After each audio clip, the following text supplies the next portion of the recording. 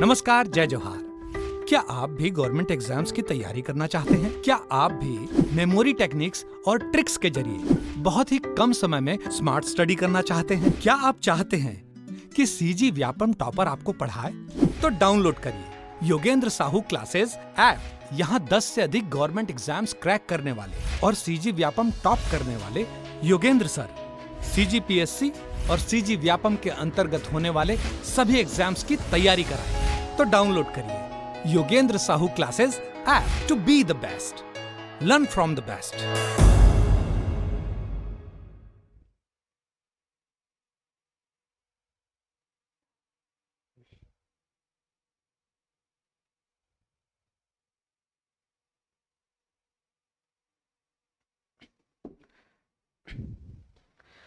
नमस्कार दोस्तों, स्वागत है आपका योगेंद्र ऑनलाइन क्लासेस में।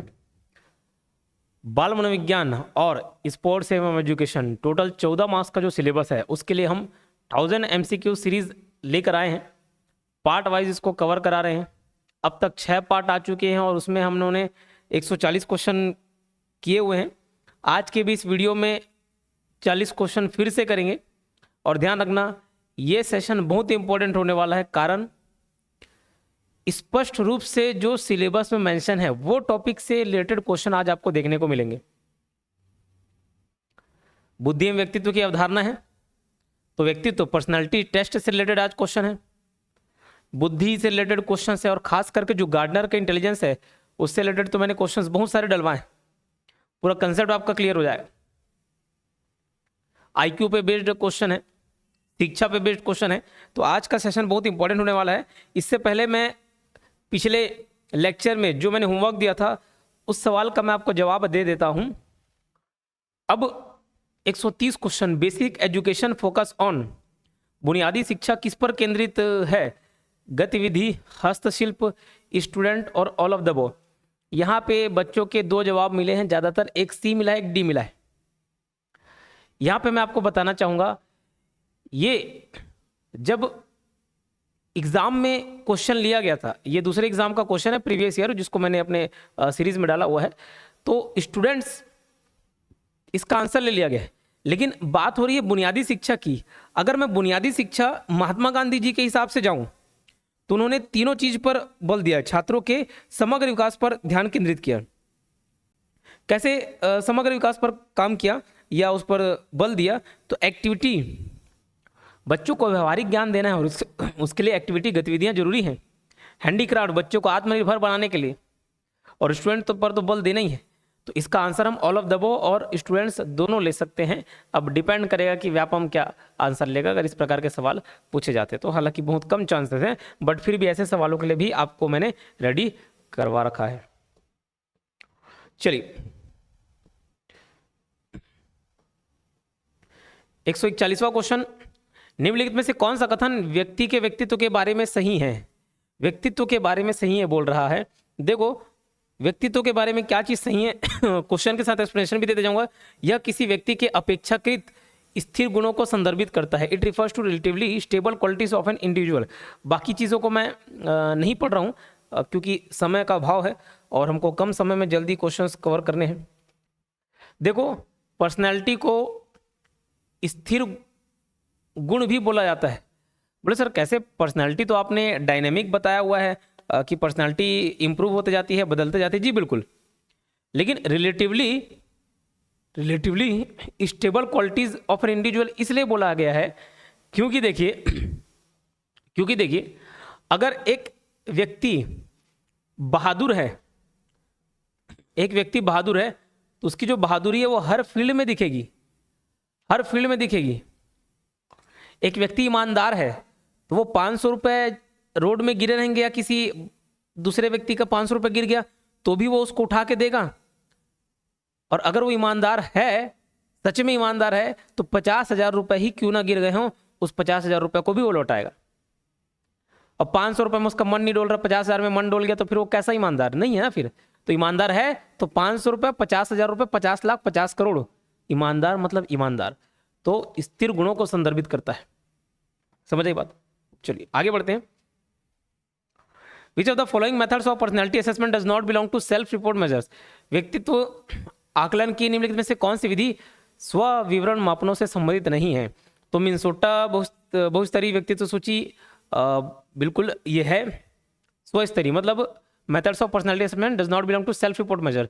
तो पहला वाला सेल्फ रिपोर्ट मेजर्स है। आइजेंक व्यक्तित्व प्रश्नावली ये भी है, 16 व्यक्तित्व कारक प्रश्नावली ये भी है। थेमेटिक अपरसेप्शन टेस्ट, ये जो थेमेटिक अपरसेप्शन टेस्ट मैं बता रहा हूँ ये प्रोजेक्टिव टेस्ट है। कैसा टेस्ट है? Projective test. हमने पर्सनैलिटी मेजरमेंट को बेसिकली 3 भागों में बांटा था, ऑब्जेक्टिव, सब्जेक्टिव और प्रोजेक्टिव। अगर आपको याद आ रहा होगा तो वस्तुनिष्ठ, व्यक्तिनिष्ठ। एक मेथड में हम क्या देखें कि कोई क्लाइंट आया, कोई बच्चा आया और हमको उसकी पर्सनैलिटी जज करनी है, तो हम पहले उनको खुद को बोलेंगे कि आप अपने बारे में बताओ। एक मेथड तो ये हो गया। दूसरा एक मेथड हम ऑब्जर्व करते हो, बताया भले कुछ भी, लेकिन हम अपने तरफ से ऑब्जर्व करेंगे। ऑब्जर्वेशन का माध्यम इंटरव्यू भी हो सकता है, इंटरव्यू दोनों में आ जाएगा। इंटरव्यू में वो अपने बारे में बताएगा भी और हम ऑब्जर्व भी करेंगे, दोनों आ जाता है। और क्या चीज कर सकते हैं? बिहेवियर, जैसे उसके सामने देखे वास्तविक कोई स्थिति रख दिए, कोई ऐसी स्थिति रख दी है जहां पे जान का खतरा हो, अब वहां पे वो बहादुरी दिखा रहा है कि नहीं दिखा रहा है। इसके लिए एक टेस्ट बताया था कि 2 व्यक्ति ने क्या टेस्ट कंडक्ट कराया था कि एक खाली हॉल में दान पेटी रख दी है, बच्चे सच में दान करते हैं कि नहीं करते, कुछ दान किए, कुछ नहीं किए, कुछ वहीं से पैसा चुरा लिए ऑब्जर्वेशन के माध्यम से। और एक विधि था प्रोजेक्शन मेथड। प्रोजेक्शन मेथड, प्रक्षेपण विधि, क्या विधि था कि आपको एक चित्र दिखाया जाएगा। बहुत सारे मेथड है, एक चित्र दिखाई दिए, जिसमें रोरशा इंक ब्लॉक टेस्ट बहुत फेमस था कि 5 ब्लैक वाले और 5 नॉर्मल कलर वाले इंक धब्बे दिखाए गए। अब बोले इंक धब्बे को देख के तुम्हारे मन में क्या विचार आ रहा है बताओ।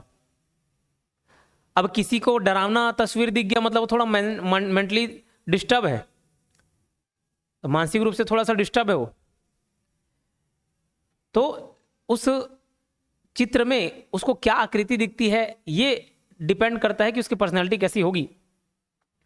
और ये ऊपर 16 पर्सनैलिटी फैक्टर क्वेश्चन, ये प्रश्न वाली है ऊपर के जो तीनों देखें, उसमें व्यक्ति अपने बारे में बताएगा, खुद के बारे में बताएगा और उससे हम व्यक्तियों का मूल्यांकन करेंगे। समझ आएगा? तो सब मेथड अपने आप में परफेक्ट है। मैं आपको बुला के पूछूं कि आपकी हॉबी क्या है, अब आप बताएं कि मुझे नई नई चीज़ों का सीखने का शौक है। अब अगर आप सच बोल रहे होंगे तो वाकई में सोचो आपकी पर्सनैलिटी कितनी अच्छी होगी और होने वाली होगी, अगर आपको नई नई चीज़ों का सीखने का शौक है। तो ऐसे ही ये ऊपर के 3 टेस्ट थे, नीचे कौन सा नहीं है पूछे तो स्वांकलन वाले में थेमेटिक परसेप्शन टेस्ट नहीं आएगा, ये प्रोजेक्टिव मेथड है। क्लियर? इसको मैं क्रैश कोर्स में काफ़ी विस्तार से चर्चा करके बताया हूँ। और जो बीच से वीडियो देख रहे हैं तो ध्यान रखेंगे, ये जो पीडीएफ है वो टेलीग्राम चैनल में मिलेगा। हमारा योगेश ऑनलाइन क्लासेस नाम से टेलीग्राम चैनल है, उस पर आप ले लीजिएगा। और टेलीग्राम में मैं बार बार व्हाट्सएप लिंक डाल रहा हूँ, आपको बोल रहा हूँ ऐड होने, लेकिन कोई ऐड हो नहीं रहा है। बाद में आप पीडीएफ के लिए भटकेंगे या किसी और मटेरियल के भटकेंगे, इसलिए हमारे व्हाट्सएप चैनल को भी तुरंत ज्वाइन कीजिए। किसने व्यक्तित्व विकास को मनोविश्लेषणात्मक सिद्धांत दिया है? Who among the following has given psychoanalytical theory of personality development? तो ये हमारे बहुत ही फेमस, बहुत ही प्रसिद्ध व्यक्ति हैं सिगमंड फ्रायड। सिगमंड फ्रायड के बारे में अगर याद आ रहा होगा, साइकोएनालिटिकल थ्योरी 3 चीजें बताई थी, इड, ईगो, सुपर ईगो। ये 3 चीजें हैं, इदम, अहम, परम अहम। क्या था इड? क्या था कि ये प्लेजर प्रिंसिपल पर काम करता है, सुख के सिद्धांत पर काम करता है। और जो मनोविश्लेषक सिद्धांत के प्रतिपादक हैं सिगमंड फ्रायड, ये क्या बोलते हैं? ये बोलते हैं कि किसी भी बच्चे में, किसी भी व्यक्ति में शुरुआत से ही भूख, प्यास और सेक्स की भावना होती है। ये इड प्रिंसिपल कहता है। ये प्लेजर प्रिंसिपल काम करता है, सुख के नियम पर काम करता है। सुख का नियम मतलब क्या? जिसके अंदर इड की फीलिंग होगी उसको हर चीज तुरंत चाहिए होगा, वो मॉरल वैल्यूज पे ध्यान नहीं देगा। जैसे मैं एक बच्चे का उदाहरण दिया था थ्योरी वाले चैप्टर में कि अगर उसको कोई खिलौना पसंद आ गया तो वो ये नहीं देखेगा कि खिलौने दूसरे का है, वो ये नहीं देखेगा कि इस पे मेरा कोई हक नहीं है, बस वो खिलौना छीन लेगा और रोएगा, नहीं नहीं मेरे को यही चाहिए, पकड़ के लेके आ जाएगा। कैसी भावना है उसमें? इड। इसमें कोई मॉरल वैल्यूज नहीं होते। और ठीक इसके विपरीत सुपर ईगो में क्या होता है? मॉरल वैल्यूज होते हैं। मॉरल वैल्यूज होते हैं, वो तुरंत सोचेगा, वही बच्चा अगर उसमें सुपर ईगो ज़्यादा है तो वो सोचेगा कि नहीं नहीं भैया ये खिलौने तो दूसरे का है, अगर मेरे माता पिता जरूरी समझे तो मुझे भी खिलौना दिला देंगे, मैं अपने माता पिता से मांग लूंगा, वो उस पर मेरा कोई हक नहीं है। ये क्या है? मॉरल वैल्यूज की बात है, उसमें सुपर ईगो ज़्यादा है। और इन दोनों के बीच की स्थिति ईगो है। वो बच्चा थोड़ा ललचट प्रवृत्ति का है, उसको चाहिए जो खिलौना चाहिए, मतलब चाहिए, लेकिन वो पूछेगा, बच्चे से नहीं पूछा, दूसरे बच्चे से नहीं पूछा, उसकी मम्मी पास पूछ लिया, अंकल आंटी इसको ले जाऊं क्या, मेरे को अच्छा लग रहा है। अब मना थोड़ी ना करेंगे, नहीं मत ले जा, ठीक है। जैसे कोई खाने का, बच्चे लोग थोड़े खाने के लालची होते हैं, एक बोलेगा नहीं नहीं भैया दूसरे का सामान है मैं काहे खाऊं, एक झपट लेगा। और ये जो ईगो वाला है, बीच वाला है, इसमें दोनों चीज़ें होंगी। खाने को करेगा लेकिन पूछेगा आंटी खा लूँ क्या, तो भैया वो आंटी मना थोड़ी ना करेगी, नहीं मत खा, अपने घर में जा खा, ऐसा थोड़ी ना बोलोगे, ठीक है। तो सिगमंड फ्रायड, निम्नलिखित में से कौन सा परीक्षण व्यक्तित्व संरचना का आकलन करने और भावनात्मक प्रवृत्तियों का पता लगाने के लिए उपयोग किया जाता है?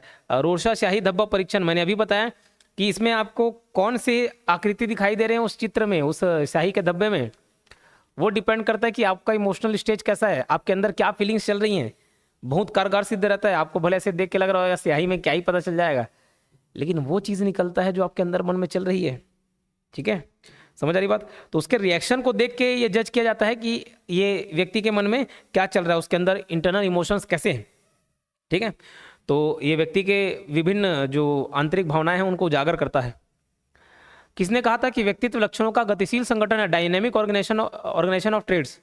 तो देखो डायनेमिक की बात की गई है, मतलब इनके हिसाब से ये कौन है व्यक्ति, मैं बता देता हूँ, अल्पोर्ट। और ऐसे बहुत सारे डेफिनेशन पूछे जाएंगे, आपको याद होना चाहिए। तो हर डेफिनेशन को कैसे याद किया हूँ मैं, मतलब ज़्यादातर जो भी मेरे सामने आ रहे हैं उसको किसी न किसी वर्ड से रिलेट कर लिया। जैसे डायनेमिक ऑर्गेनाइजेशन, अगर ये सिंपल शब्दों में बताऊँ तो इनका ये मानना था कि जो पर्सनैलिटी वो बदलते रहती है, स्थिर नहीं माना इन्होंने, है चेंजेबल माना। पर्सनैलिटी को क्या माना, परिवर्तनशील माना, चेंजेबल, गतिशील है, बदलते रहता है। अभी एक ठोकी स्थायी वाला कंसेप्ट देख क्या है, सब अलग अलग अपना अपना कंसेप्ट दे रहे, क्या कर सकते हैं। तो कैसे याद किया, पोर्ट से। पोर्टेबल समझते हो, ये पोर्टेबल है, पोर्टेबल है मतलब एक जगह से दूसरी जगह ले जा सकते हो। चेंजेबल है, पोर्ट कर सकते हो, ठीक है। तो पोर्ट से ऑल पोर्ट, और चेंज करने से याद रखना है डायनेमिक, चेंजेबल, परिवर्तनशील। किसने बोला, अल्पोर्ट ने बोला। कितना आसान है याद करना, ठीक। चलो 146वां क्वेश्चन, ये थ्योरी में नहीं मिलेगा आपको कुछ चीजें, क्योंकि इतना वाइड रेंज है, ये बहुत ही बड़ा सिलेबस है, लोग अपना जीवन बिता देते हैं सब में रिसर्च करने में, तो सवाल कहीं से भी बन सकता। तो थ्योरी पोर्शन में हर चीज़ कवर करा पाना संभव नहीं है, इसलिए मैं एमसीक्यू के माध्यम से कवर कराते चल रहा हूँ। तो जितने भी एक्स्ट्रा पॉइंट है उसमें ध्यान दीजिएगा। और ये सेशन कैसे लग रहा है, ये क्वेश्चन के लेवल आपको कैसे लग रहे हैं, बिल्कुल अपना रिएक्शन दीजिएगा, ठीक है। अभी इसमें व्यूज़ आना कम हो गए थे तो मुझे लगा कि आप लोगों का कोई इंटरेस्ट नहीं है, लेकिन फिर बच्चे बोले कि सर उसको कंप्लीट कराओ, तो लेके आया हूँ। तो अपना उत्साह दिखाया करिए, सेशन को लाइक करने में आपका कुछ नहीं जाता है, तो अगर अच्छा लगता है तो बिल्कुल लाइक कीजिए। शेल्डन के व्यक्तित्व वर्गीकरण के अनुसार निम्नलिखित में से कौन सा कथन सही है? देखो बहुत सारे लोगों ने शेल्डन नाम याद रखना है, शेल्डन, है ना। अब यहाँ से मैं एक आपको चीज़ याद कराता हूँ, क्योंकि अलग अलग लोगों ने पर्सनैलिटी को अलग अलग तरीके से डिफाइन किया है।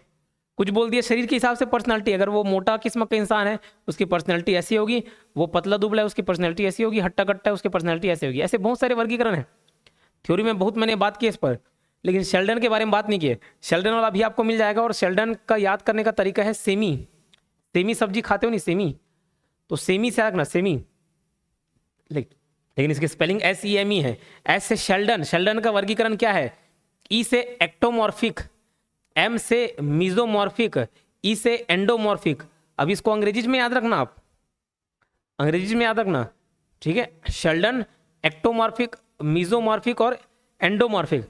अब एकदम आसानी से आपको याद करा रहा हूँ, क्योंकि कैसे गोलाकार, मोटाकार, पतला दुबला, हष्ट पुष्ट याद ही नहीं आएगा आपको, लेकिन मैं जिस तरीके से याद करा रहा हूँ बहुत आसानी से आपको याद हो जाएगा। और अगर आपको लगता है कि ऐसे जो डेफिनेशन है और डेफिनेशन और उसके जो डेफिनेशन देने वाले हैं उनके नाम याद करने में तकलीफ हो रहा है आपको, तो मुझे कमेंट बॉक्स में बताइएगा। तो एक जगह हम संकलित करके उसको याद कर लेंगे रिलेट करा के, ठीक है। ऐसी जैसे कोई भी सेमी भाजी जो भी ट्रिक बनाना होगा बना लेंगे, उसको याद कर लेंगे। अगर आपको जरूरत होगी तो बताइएगा, उस संबंध में थोड़ा सा मेहनत जरूर लगेगा, लेकिन मैं कर लूंगा आपके लिए। सेमी, तो ये देखो एक्टोमॉर्फिक, जैसे बोलते ना, एक तो तू पहले से पतला दुबला ऊपर से डाइटिंग करेगा, एक तो तू क्या है पहले से पतला दुबला है। तो एक्टोमॉर्फिक में क्या, पतला दुबला और थोड़ा लंबा, पतला दुबला। आमतौर पर पतले दुबले लोग थोड़े लंबे होते हैं, तो एक तो पहले से तू क्या है पतला दुबला है, नाजुक शरीर है ना। तो एक तो से एक्टोमॉर्फिक याद रखना। म से मीजोमॉर्फिक, म से मजबूत, म से मीजोमॉर्फिक और म से मजबूत, तो जिसका अच्छा पर्सनालिटी होता है, एकदम सिक्स पैक एप्स वाला, सुविकसित शरीर की बात कर रहा है, आयताकार शरीर, एकदम अच्छी पर्सनालिटी। एंडोमॉर्फिक, एंडो से अंडा याद कर लेना। देखो जो ज़्यादा अंडा खाते हैं उन लोग कैसे हो जाते हैं, एकदम गोल मटोल हो जाते हैं, अंडा जैसे ही, ठीक है। तो गोल मटोल, ठीक, ज़्यादा अंडा नहीं खाना है, नहीं तो गोल मटोल हो जाओगे। तो अंडा से एंडोमॉर्फिक है ना, गोल मटोल, तो गोलाकार थोड़े मोटे टाइप के व्यक्ति। अब जो मोटे रहते हैं थोड़ा सा लेजी टाइप के रहते हैं, लेकिन थोड़े गोदलू दिखते हैं, थोड़े क्यूट लगते हैं, सब बहुत प्रेम करते हैं उनसे, स्नेह करते हैं। तो ये 3 अलग अलग पर्सनैलिटी बता दिया मैं, और तीनों बातें सही हैं, और यहाँ से रट भी लेना आप। समीर एक गैर मुखर, संवेदनशील और बहुत ही नाजुक व्यक्ति है जो लंबाकृत व्यक्तित्व की श्रेणी से संबंधित है। जी बिल्कुल, एक्टोमॉर्फिक पर्सनालिटी से संबंधित है। मोहन बहुत सक्रिय है, एक सुविकास शरीर के साथ मुखर है तथा आयताकार प्रकार के व्यक्तित्व की श्रेणी में आता है। जी बिल्कुल, मजबूत वाला, अच्छे शरीर वाला, आयताकार प्रकार का, ठीक है, क्या बोलते हैं, mesomorphic. Rohit has the endomorphic type of personality, वही sociable, loving and affectionate. Endomorphic बताया गोल मटोल, जो गोल मटोल रहते हैं थोड़ा क्यूट लगते हैं, बच्चे भी छोटे में गोल मटोल में एकदम क्यूट लगते हैं, तो थोड़े लेजी भी होते हैं लोग, ध्यान रखना। तो ये सारी पर्सनैलिटी एंडोमॉर्फिक की है। उम्मीद करता हूं ये आपको याद हो गया होगा। How many personality types are mention by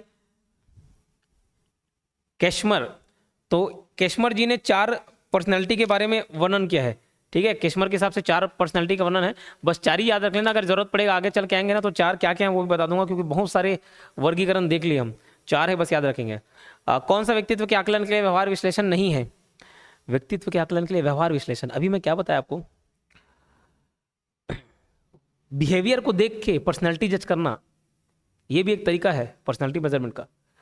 तो इंटरव्यू, जब आप इंटरव्यू दिलाएंगे तो बोल चाल कर रहे हैं, आप अपने बारे में बता रहे तो अच्छी बात है, लेकिन आप ये बोल रहे हैं कि मैं देश की सेवा करना चाहता हूं, ये देश की सेवा करना चाहता हूं बोलते समय आपके हाव भाव कैसे हैं, आपका बिहेवियर कैसा है, उसको जज करके ये बताया जा सकता है कि आप सही बोल रहे हैं कि फेंक रहे हैं।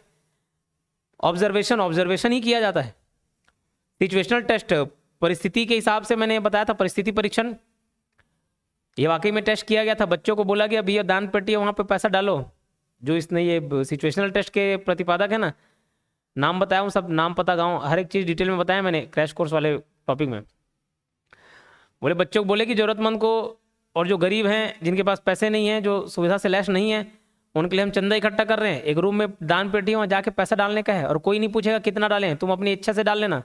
तो कुछ बच्चे ईमानदारी से जाके डाल दिए, कुछ बच्चे गए और डालने का एक्टिंग किए, लेकिन कुछ बच्चे गए और बोले कि यार हमसे ज़्यादा ज़रूरतमंद, हमसे ज़्यादा गरीब, हमसे ज़्यादा असुविधा झेलने वाले और कौन है, हम ही है। बोले तो जो दान पेटी में था उसको भी निकाल ले पैसा, और ये सब ऑब्जर्व किया जा रहा था। तो ये पर्सनैलिटी को जज करता है। कौन सा नहीं है? सेंटेंस कंप्लीशन टेस्ट नहीं है, ये प्रोजेक्टिव टेस्ट में आता है। क्या प्रोजेक्टिव टेस्ट में आता है? प्रक्षेपण विधि में आता है। किस में आता है? प्रक्षेपण विधि में। सेंटेंस कंप्लीशन में क्या आता है? मैं आजकल बहुत डैश डैश डैश। अब ये बस ये उदाहरण है प्रक्षेप, ये सेंटेंस कंप्लीशन ऐसे ही देते हैं, मैं भी जज करता हूँ कई बार, साइड बिजनेस है मेरा, ठीक है, पर्सनैलिटी टेस्ट करने का। ज़्यादा जो डिप्रेस रहता है फिर जज करना पड़ता है, मजाक कर रहा हूँ। मैं आजकल बहुत, अब ये आधा हिस्सा खाली छोड़ दिया, अब आपको भरने दे दिया। अब आपको बोला कि तुरंत भैया, ये जैसे ही आप बैठे मेरे सामने, सर थोड़ा सा है, अरे मत बताओ पहले, मैं ये लिखो आगे। आपके बताने से पहले मैं आजकल बहुत, खाली स्थान है, बोलो जो बोलना है, जो मन में आया तुरंत लिखो, टाइम नहीं लेना है। अब आप वही लिखोगे जो आपके मन में चल रहा होगा, वही लिखोगे जैसे आपकी व्यक्तित्व है। तो जैसे ही लिखे आजकल मैं बहुत दुखी रहता हूँ, समझ जाएंगे भैया डिप्रेस्ड है, मेरे को चिंता होती है, पूरे कहानी समझ आ जाएगी, ठीक। तो ये प्रोजेक्टिव मेथड है। ये कौन सा नहीं है बोला ना, बाकी सब व्यवहार विश्लेषण है, बिहेवियर से जज किया जा सकता है। सेंटेंस कंप्लीशन वाला प्रोजेक्टिव मेथड है। कौन सा व्यक्तित्व मापन की प्रक्षेपी तकनीक का प्रकार नहीं है? शब्द साहचर्य परीक्षण, वुडवर्थ की व्यक्तिगत विवरण तालिका, sentence completion, thematic apperception test. देखो अब भी हमने सेंटेंस कंप्लीशन देखा, सेंटेंस कंप्लीशन तो था ही प्रोजेक्टिव टेक्निक में, वर्ड एसोसिएशन टेस्ट भी था ही, थेमेटिक अपरसेप्शन टेस्ट था ही, वुडवर्थ की व्यक्तिगत विवरण तालिका, ये पढ़े क्या? पढ़े क्या? नहीं पढ़े हैं, ये प्रोजेक्टिव टेस्ट में है नहीं। लाइन से पूरा क्रैश कोर्स में जाके देखना, डिटेल में पढ़ाया उसको। और अगर आप नाम भी पढ़ेंगे ना, वुडवर्थ पर्सनल डेटा शीट, तो नाम से क्लियर हो जाएगा। पर्सनल डेटा शीट में फिर वो खुद के बारे में बता रहा है, तब जानकारी है, तो ये प्रोजेक्टिव नहीं है। इसका आंसर हो जाएगा 149 का बी। दरोर्सा इंक ब्लॉक टेस्ट, ये प्रोजेक्टिव टेस्ट है, प्रक्षेपी परीक्षण है। बुद्धि परीक्षण जानने के लिए डैश उपयोगी है। Intelligence testing is full for knowing. यहाँ पे हिंदी में थोड़ा सा ग्रामेटिकल मिस्टेक है। बुद्धि परीक्षण किसको जानने के लिए उपयोगी है? किसको जानने के लिए उपयोगी है? तो इंडिविजुअल डिफरेंस मतलब व्यक्तिगत अंतर, मानसिक मंदता, शैक्षिक पिछड़ापन, ऑल ऑफ द अबव, सभी चीज को बता देता है इंटेलिजेंट टेस्ट। स्टैनफोर्ड बिने बुद्धि परीक्षण का उपयोग डैश के लिए आकलन के लिए किया जाता है।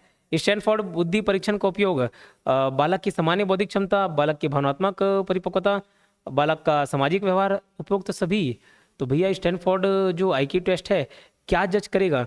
इस क्वेश्चन का मुझे मालूम है बहुत सारे लोग गलत जवाब देंगे, लेकिन ऐसे ही सवालों के लिए मैं आपको तैयार करना चाहता हूं। क्वेश्चन क्या पूछा है? स्टैनफोर्ड बिने इंटेलिजेंट टेस्ट। मैं आपको याद दिलाना चाहता हूं 1905 की बात थी। है रिकॉर्डिंग चल रहा है? ठीक है। 1905 की बात थी। बिने और साइमन इन्होंने पहला टेस्ट कंडक्ट कराया और वहां पे मेंटल एज की कंसेप्ट दी। 1912 में स्टर्न आए, उन्होंने आईक्यू का कंसेप्ट दिया। फिर एक और व्यक्ति है टर्मन, उन्होंने 1916 में स्टैनफोर्ड बिने रिसर्च किया और वहां पे आईक्यू का फॉर्मूला दिया। आईक्यू का फॉर्मूला दिया, कंसेप्ट स्टर्न और फॉर्मूला टर्मन साहब ने। तो वो जो रिसर्च हुआ ना उसको स्टैनफोर्ड बिने इंटेलिजेंट टेस्ट बुलाता है।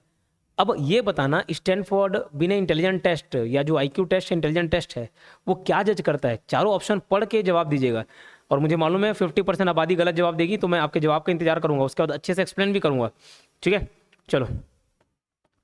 मानसिक आयु की अवधारणा का प्रतिपादन सबसे पहले किसने किया? मेंटल एज की। अब भी बताया क्या बताया? इसको रट डालना। 1905 में बिने ने मेंटल एज का कंसेप्ट दिया, एमए मानसिक आयु। 1912 में स्टर्न ने आईक्यू का कंसेप्ट दिया। 1916 में टर्मन साहब ने आईक्यू का फॉर्मूला दिया। तो ये क्या पूछ रहा है? मेंटल एज का कंसेप्ट किसने दिया? बिने ने दिया। और इस बिने जी को फादर ऑफ इंटेलिजेंट टेस्ट भी बुलाता है। और पहला टेस्ट भी कंडक्ट किसने कराया? बिने ने कराया है।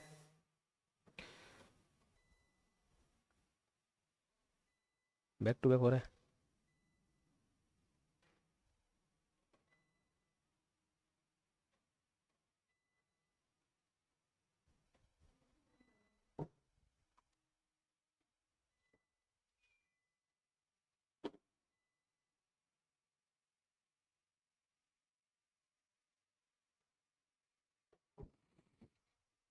ठीक है, कहाँ पे थे हम?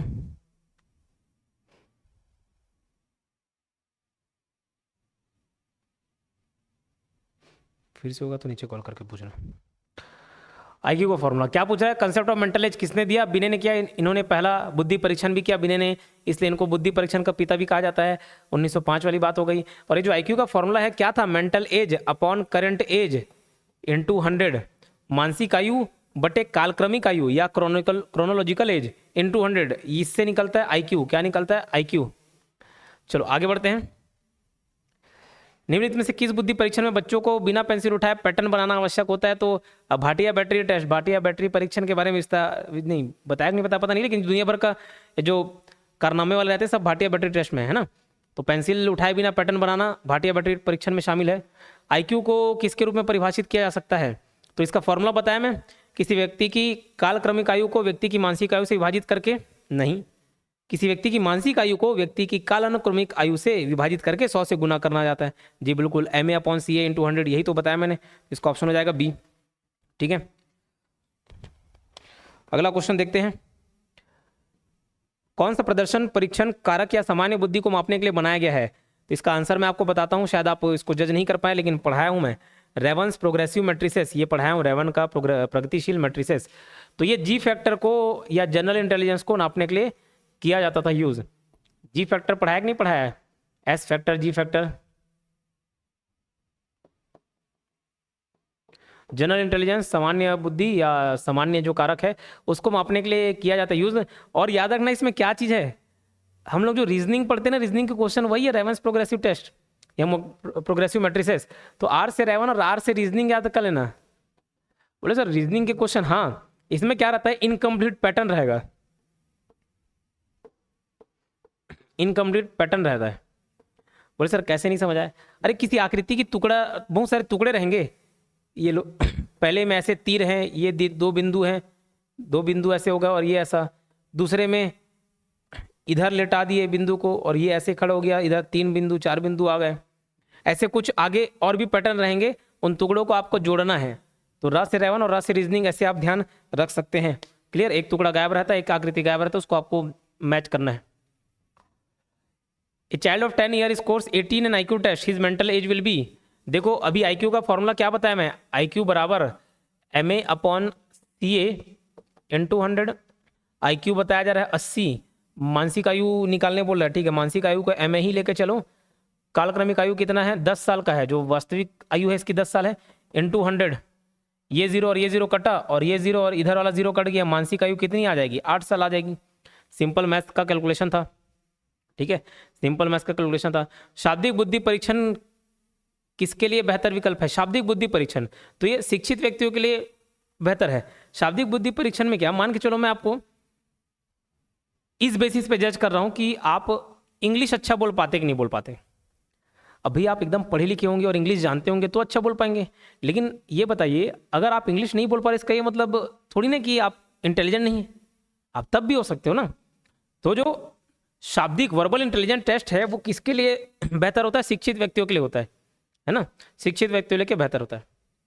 निम्न बुद्धि परीक्षण में कौन सा बच्चों के लिए है, WAIS army alpha test, WISCR army beta test. अब चलो मैं एक होमवर्क तो दे ही दिया था आपको, तो इसको मैं बता देता हूँ। WISC, इसमें अगर आप फुल फॉर्म ही याद रखे होंगे ना तो याद आ जाएगा, चिल्ड्रन के लिए था, एक एडल्ट के लिए था, एक चिल्ड्रन के लिए था।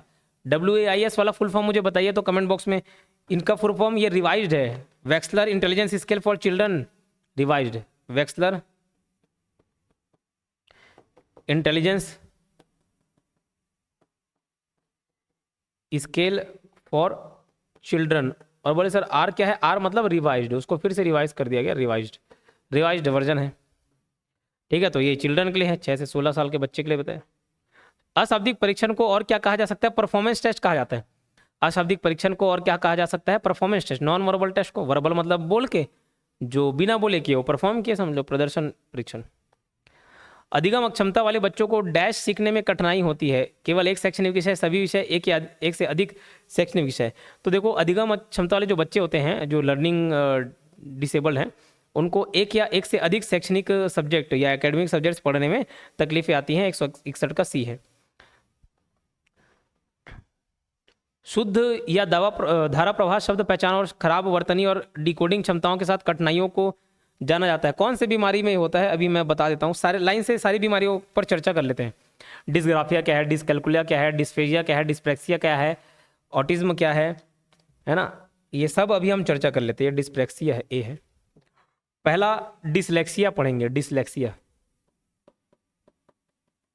लसिलेक्सिया और ला से ध्यान रखना, लर्निंग मतलब पढ़ने में शब्दों को पहचानने में अगर आप गलती करते हैं, लसिलेक्सिया और ला से लर्निंग, पढ़ने में, शब्दों को पहचानने में, शब्दों को ठीक से आप पहचान नहीं पाते हैं, पहचानने में अगर आप गलती करते हैं तो आप कौन सी बीमारी से गुजरे हैं, डिसलेक्सिया से गुजर रहे हैं।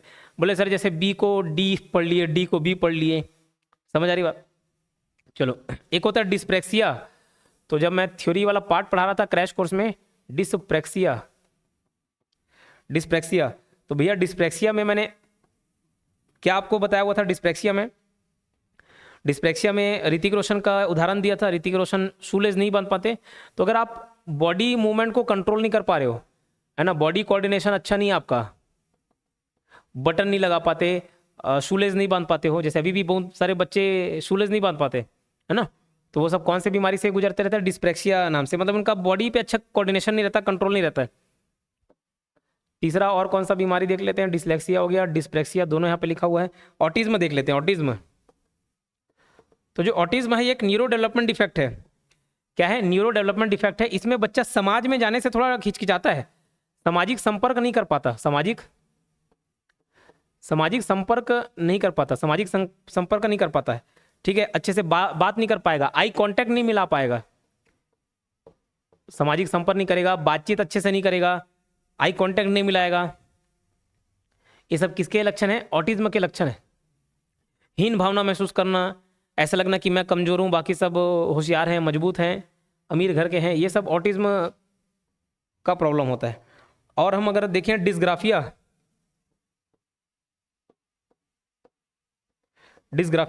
तो डिस्ग्राफिया मतलब लेखन विकार है। अब देखो इतना सारा पढ़ने के बावजूद ना बच्चे कंफ्यूज हो जाते हैं और गलती कर देंगे तो क्या मतलब, तो मैं इसको कुछ ना कुछ से रिलेट कर लिया, जैसे ला से लेक्सिया, ला से लर्निंग, पढ़ने और शब्दों को पहचानने में गलती हुआ, ला से लेक्सिया और ला से लर्निंग, ऐसे याद कर लिए। ठीक है। डिस्प्रैक्सिया, ये जो डिस्प्रैक्सिया में प्रा आ रहा है ना, पैर से याद कर लिया हूँ। तो पैर जैसे ही मैं याद करता हूँ, आप भी वो कभी खुशी कभी गम वाला मूवी सीन देखेंगे तो आप ये पाएंगे कि वो पैर में जब जूते बांधते रहता है तो बांध नहीं पाता लेस, तो उसके जो दाई माँ है वो पहचान जाती कि बेटा तुम बचपन से ये सब नहीं कर पाते थे, तो तुम ही मेरे वो बचपन के लड्डू हो, ऐसा पहचान लेते कि नहीं पता है। तो प्रैक्सिया में पैर याद कर लेना, तो पैर का शूलेस नहीं बांध पाने वाला, बॉडी कोऑर्डिनेशन नहीं कर पाने, वो याद रह जाएगा। ठीक है। ऑटिज्म में आंखें नहीं मिला पाना, आज से ऑटिज्म, आज से आंखें नहीं मिला पाना, इतने अच्छे तरीके से मैं आपको याद करा रहा हूँ, ये कंफ्यूजन को दूर कर देगा आपके। आज से ऑटिज्म, आज से आंखें नहीं मिला पाना।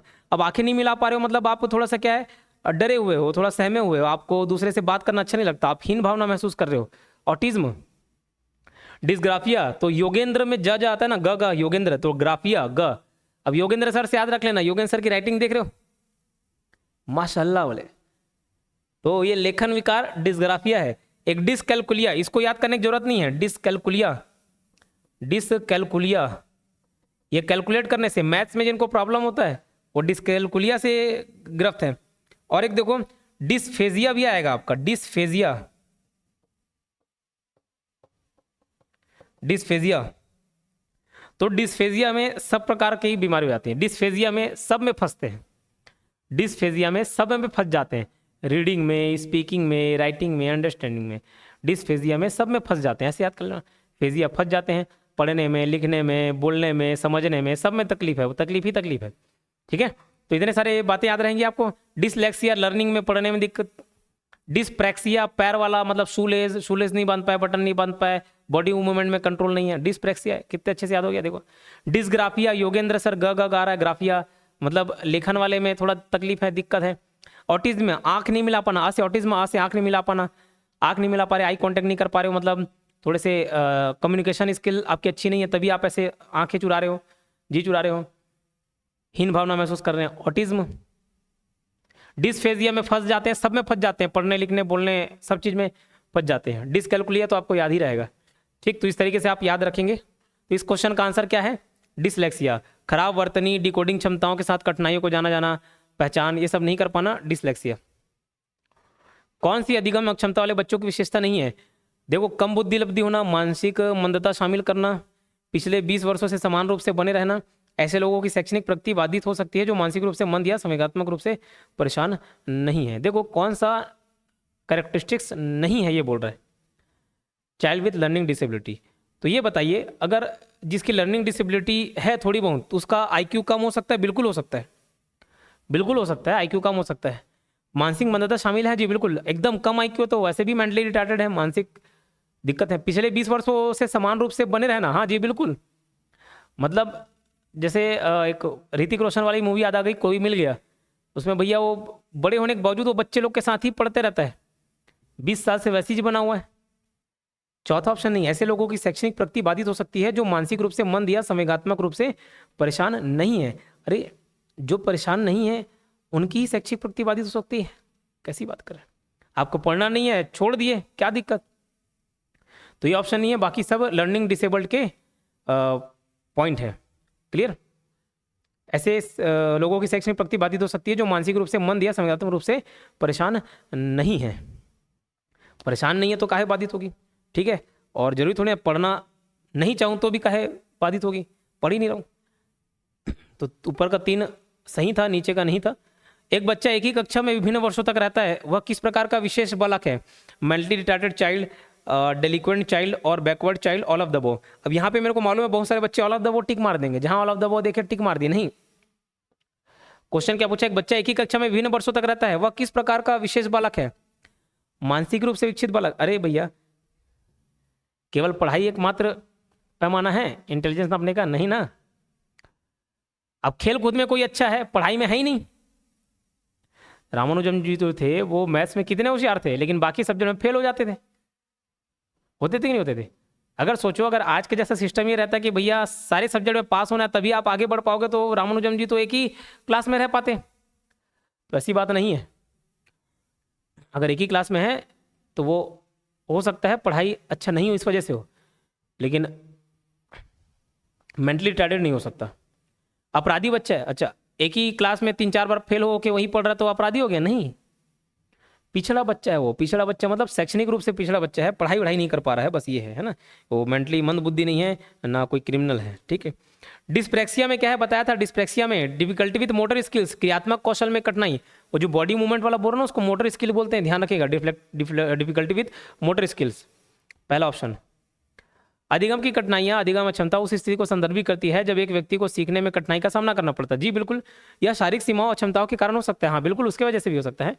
और नैदानिक शिक्षण का उपयोग बच्चों की अधिगम की कठिनाइयों के क्षेत्रों की पहचान करने के लिए किया जाना चाहिए जो बच्चों की कमजोरी या कमी का पता लगाना चाहते हैं। तो ये दोनों स्टेटमेंट सही हैं, अगर हम देखें तो दोनों स्टेटमेंट सही हैं, ठीक है, दोनों स्टेटमेंट सही हैं। Option A. Dyscalculia mathematical disorder है, मैथ से related. Poor spelling inability to write properly, illegible handy writing किसका है, अभी बताया था योगेंद्र सर से। ग्राफिया याद आ रहा है, योगेंद्र में जगह आता है, तो डिसग्राफिया। किस की अक्षमता में एक बच्चा अपने सहपाठियों के ठीक से साथ संवाद नहीं करे में समर्थ होता है जिससे वह हीन भावना महसूस करता है, बताओ। आंख नहीं मिला पाता, आई कॉन्टैक्ट। ऑटिज्म, देखो कितने, ऑटिज्म ही नहीं है यहाँ पे, ओके ठीक है, ऑटिज्म नहीं है तो कोई बात नहीं, हम दूसरे ऑप्शन देखेंगे। ऑटिज्म में भी आंख नहीं मिला पाना ये बताए थे। एक डिस्फेजिया भी बताया था कि आपको मैं, डिस्फेजिया, तो फ से फेजिया और फ से फंसना, सब में फंसना।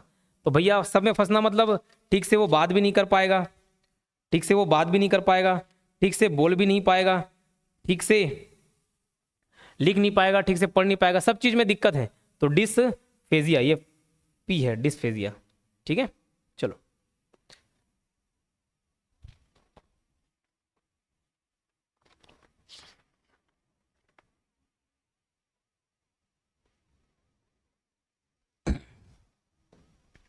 अधिगम की अक्षमता मुख्य रूप से डैश के क्षेत्रों में देखी जाती है।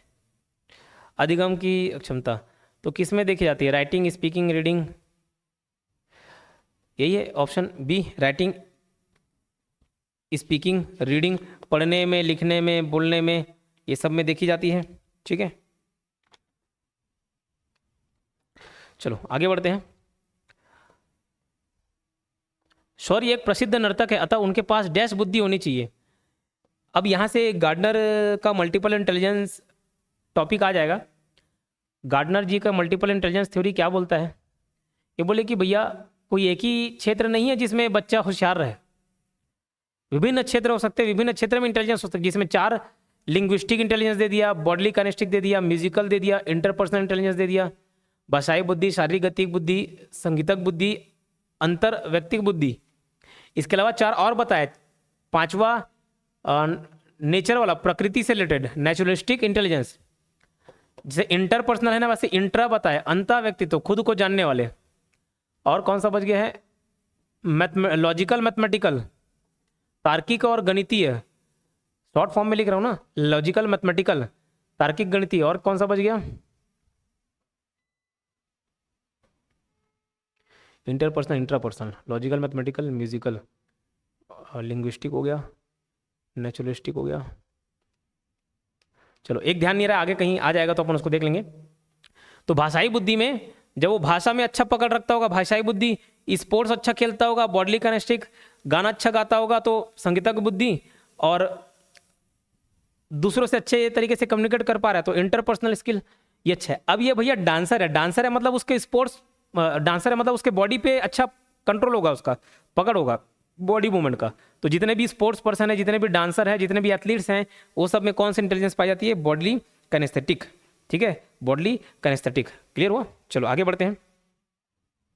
7 बताया था, एक स्पेशल है स्थानिक बुद्धि। गार्डनर का बहुबुद्धि सिद्धांत इस विचार का समर्थन करता है कि अधिकांश छात्रों को किसी न किसी रूप में बुद्धिमान माना जा सकता है। जी बिल्कुल, जरूरी नहीं कि अरिजीत सिंह गाना गा रहे हैं मतलब वो बुद्धिमान नहीं है, पढ़ाई लिखाई में अच्छे नहीं होंगे तो बिल्कुल है, हो सकते हैं। तो 172 का ए है। किस वर्तमान कक्षा रणनीति के प्रतिबिंब के आधार पर हावर्ड गार्डनर का बहुबुद्धि सिद्धांत आज विद्यालयों कक्षा को प्रभावित करता है, तो ये हम बोल सकते हैं डिफरेंशिएटेड इंस्ट्रक्शन। डिफरेंशिएटेड इंस्ट्रक्शन किस वर्तमान कक्षा रणनीति के प्रतिबिंब के आधार पर हावर्ड गार्डनर का बहुबुद्धि सिद्धांत आज विद्यालयों में कक्षा को प्रभावित करता है, तो ये क्या हो जाएगा, डिफरेंशिएटेड इंस्ट्रक्शन। मतलब किसी बच्चे को डिफरेंशिएटेड इंस्ट्रक्शन, ये कैसी है, रणनीति है, अलग अलग डिफरेंट इंस्ट्रक्शन देना है। किसी को सुन के याद हो रहा है उसको सुनाओ, किसी को बोल के याद हो रहा है उसको बुलाओ, किसी को देख के याद हो रहा है उसको दिखाओ, वो जैसा याद करना चाह रहा है। किसी को प्रैक्टिकल करके तो उसको प्रैक्टिकल करवाएं। एक बच्चे में दूसरों के साथ समझने और प्रभावी ढंग से अंतःक्रिया करने की क्षमता है, मतलब दूसरों के साथ अच्छा कम्युनिकेशन कर पाता है। कैसा स्किल होगा? इंटरपर्सनल। जो खुद को समझे वो इंट्रापर्सनल। जैसे कवि, शायर, इनमें लिंग्विस्टिक इंटेलिजेंस भी होता है, मतलब भाषाई बुद्धि भी होता है क्योंकि अच्छा भाषा का पकड़ रहता है, और इनमें इंट्रापर्सनल भी होता है क्योंकि खुद को उन्होंने समझा ना। अपनी भावनाओं को हम व्यक्त कर सकते हैं क्या? हम भी बहुत सारी दर्शन की बातें जानते होंगे लेकिन उसको व्यक्त कर पा रहे क्या? नहीं। लेकिन एक कवि, एक शायर अपनी भावनाओं को व्यक्त कर देता है, उसी वजह से फेमस हो जाता है। गौतम बुद्ध, वो दूसरे को नहीं समझे, पहले खुद को समझे। उनमें कैसे इंटेलिजेंस होगा? इंट्रापर्सनल। समझिए बात। चलो, शिक्षक छात्रों को विभिन्न त्रिआयामी आकृतियों को सिखाने के लिए कई अन्य आकृतियों के साथ कक्षा में एक आइसक्रीम कौन लाता है? उनके नामों के साथ आकृतियों के बारे में पढ़ाने के बाद शिक्षक विद्यार्थियों से उन आकृतियों को अपनी नोटबुक में बनाने के लिए कहता है। रीना सभी की आकृतियों को बड़े अच्छे से बनाती है। हार्वर्ड गार्डनर के बहुबुद्धि सिद्धांत के अनुसार रीना के पास कौन सी बुद्धि है? उनके पास होगी स्थानिक बुद्धि, मतलब जो देख के किसी चीज को जो सामने नहीं है उसको कल्पना करके बना देना, स्थानिक बुद्धि आता है। जो ताजमहल बनाया होगा, ओके भैया किसी कॉपी पेस्ट मारा नहीं, उसके पहले मन में ताजमहल बन गया होगा। जो आर्किटेक्ट होते हैं, जो डिजाइनर होते हैं, वो सब स्पेशल इंटेलिजेंस रखते हैं, स्थानिक बुद्धि रखते हैं। Option D. वनस्पति और प्राणी समूह की विभिन्न प्रजातियों की सुंदरता को पहचानने में किस प्रकार की बुद्धि सहायक है? तो नेचुरलिस्टिक इंटेलिजेंस, प्राकृतिक बुद्धि। भैया एक किसान भी बुद्धिमान है अपने क्षेत्र में, क्यों? अरे आपको बोलेंगे गेहूं और धान का उगाई कर दो, नहीं कर पाओगे। आपको बोलेंगे प्रकृति में जितने भी जानवर है, हमको लगता है सांप मतलब सिर्फ सांप। अब भैया कोई जान रहा है कौन सा ढोंढिया सांप है कि कौन सा अजगर है, कौन सा क्या है? फूल हम एक ही फूल जान रहे हैं, जानवर हम एक ही जानवर जान रहे हैं, लेकिन उनकी प्रजातियों को समझना, प्रकृति को समझना, ये भी एक इंटेलिजेंस का फैक्टर है। तो प्रकृति बुद्धि, ठीक है। कौन सा छात्र गार्डनर द्वारा प्रस्तावित संगीतमय बुद्धि को प्रकट करता है? चमन ने पियानो बजाने की अपनी क्षमता के लिए कई पुरस्कार जीते। जी बिल्कुल यही है। टेनिस खिलाड़ी तो बॉडी का एनेस्थेटिक हो जाएगा, है ना, शरीर वाला हो जाएगा। चलो, इसका ऑप्शन ए। शिक्षिका पूजा का अवलोकन कर रही है क्योंकि वह स्वयं को अभिव्यक्त करने, चीजों को स्पष्ट करने और बनाने के लिए शब्दों और भाषा का उपयोग करने में बहुत अच्छी है। धारा प्रवाह और लचीले ढंग से बोल पाती है। क्या होगा? लिंग्विस्टिक इंटेलिजेंस, भाषाई बुद्धि। स्वयं को समझने की क्षमता, किसी भी भावनाओं, भय और प्रेरणाओं की सराहना करना बुद्धि की विशेषता है। स्वयं को समझना, इंट्रापर्सनल, दूसरे को नहीं, खुद को समझना, इंट्रापर्सनल, ठीक है। चलो, हार्वर्ड गार्डनर ने बहुआयामी या एकाधिक बौद्धिक सिद्धांत को प्रस्तावित किया जिसमें उन्होंने कहा कि बुद्धिमत्ता 8 विभिन्न प्रकार के होते हैं। निम्नलिखित में से उनके अनुसार कौन सा नहीं है? प्रैक्टिकल सुने क्या? नहीं। म्यूजिकल सुने हैं, इंट्रापर्सनल सुने, इंटरपर्सनल सुने, प्रैक्टिकल नहीं सुने। तो ये हमारा टोटल अब तक ये 7वें पार्ट में 180 क्वेश्चन हो चुके हैं कंप्लीट। ये सेशन कैसा लग रहा है आप बताइएगा। इसको आगे बढ़ाना भी है कि नहीं वो भी बताइएगा। इंटरेस्ट क्योंकि आप लोग लूज करते जा रहे हो, ये सिर्फ और सिर्फ आप लोगों के लिए आ रहा है सेशन, ठीक है। अगर आप बोलेंगे कि इतना सर काफ़ी है, इससे ज़्यादा नहीं, तो हम ब्रेक करके दूसरे टॉपिक्स पर मेहनत कर सकते हैं, लेकिन मुझे लगता है कि इसको आगे बढ़ाना चाहिए। आपका क्या राय है, क्या विचार है, जरूर बताइएगा। और जो बच्चे चैनल को सब्सक्राइब नहीं किए वो चैनल को सब्सक्राइब कर लेंगे। धन्यवाद।